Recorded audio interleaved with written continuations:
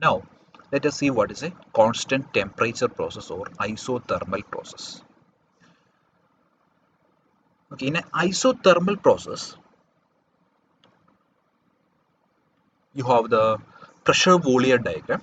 See, again in a PV diagram, let us see how we represent isothermal process.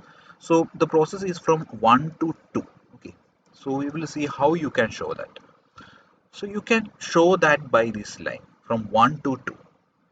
This is a curved line, right? Because we will see why it is a curved line. Uh, because see, we know that PV is equal to MRT.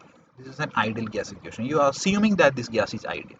So for an ideal gas, this mass will remain constant. This R will remain constant. Okay.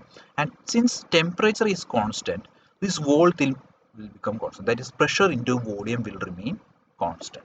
So that means pressure is inversely proportional to volume in an isothermal process. That is why you are getting a line, solid line like this. From 1 to 2, you are getting a solid like this. It's a inverse hyperbola type of line you will get. You can see that as you go down, pressure goes down, but volume is increasing.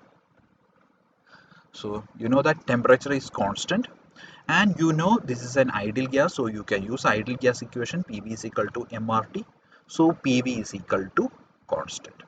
And you can use this equation, that is W is equal to integral PdV, that is integral 1 to 2 PdV, pressure into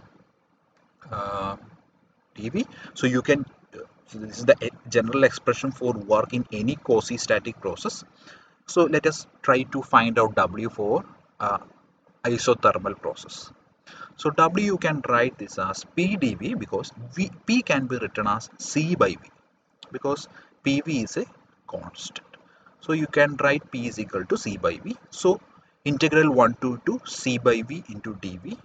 So this is equal to integral 1 to 2 P dV is equal to integral 1 to 2 C by V dV. So if you integrate this, C can be taken outside because it is a constant. So C into integral dV by dV is equal to log V2 by V1. Okay, and this C, you know that this is equal to PV. So this is equal to P1 V1 is equal to P2 V2 is equal to C. So P1 V1 into log V2 minus V1.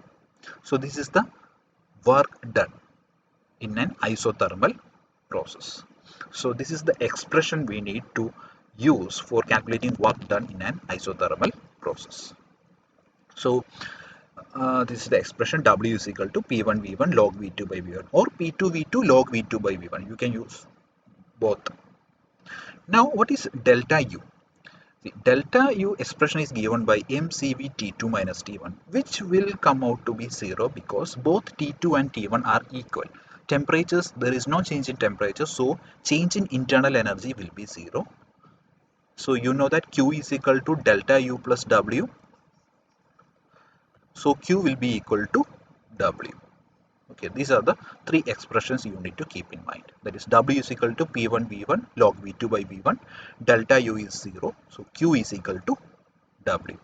So work done can be calculated by this area under this curve. Okay, and this will come out to be P1 V1 log V2 by V1. So this is all about constant temperature process or isothermal process.